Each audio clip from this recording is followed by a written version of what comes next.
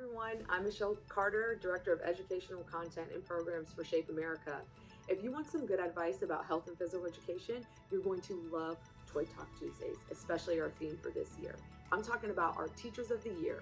Shape America Teachers of the Year, they represent the best health education, physical education, adapted physical education, and dance education teachers across the United States. And now you can learn from them on Toy Talk Tuesdays. And for this school year, we're giving you Toys Top Tips. Our toys are sharing their best tips on different topics to help you.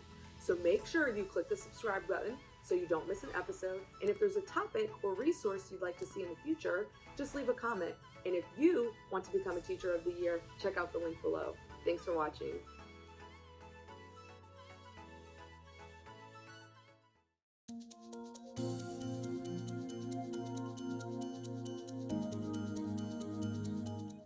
Hi there, Maria Schneider, Ohio health teacher. Today I want to talk a little bit about breathing life into Standard 8. How can we get students to learn that health skill of advocacy? Well, this is a twist to your traditional field day. 12 years ago, we were sitting down as a group at school and wanted to change up our last day of school. And what we thought is, I mentioned this Kick It organization that raises money for pediatric cancer research because it was started by a middle school age student at that time, just a few cities over. And the idea was for the community to come gather together, play kickball, raise money for pediatric cancer. So how it unfolded in the 12 years is that we've now raised over $380,000 in that time. And I just wanted to give you a few tips on how you could kind of switch up your field day and make it more where they're learning how to advocate for something that they believe in. So Kick It with the Bees is what we call, and it starts in the springtime and we conclude it on the very last day of school.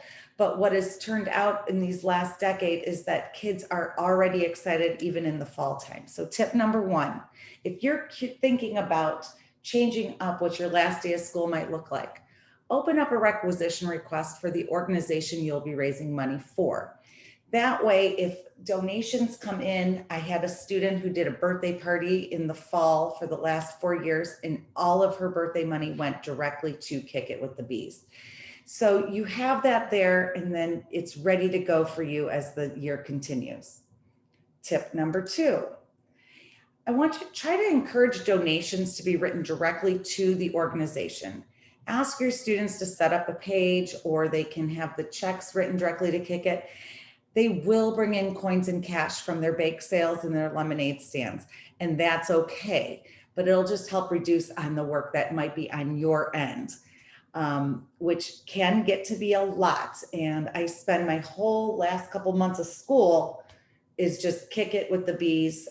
That's all we're doing. We're raising money, we're advocating, kids are coming up with ideas that are unimaginable, plus what we do at school a few of those days.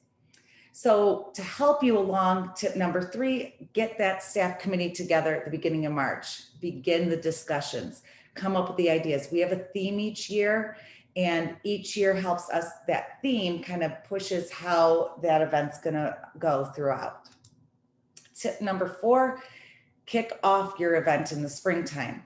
Then the juice of the fundraising may begin and the fun, and the kids get so excited for that last day of school, which is gonna be that field day experience still. But over those years, you know, the bake sales, the lemonade stands, car washes, but each year someone comes up with, now we have kids sign up for vendor registrations at school, and they're able to sell items at school that they make. And then they have that license on them, and then they could turn it in. And they are doing it though. You have to make it meaningful. And so we have our Kick It kids, kids that have had cancer or are going through treatment that give permission to do that.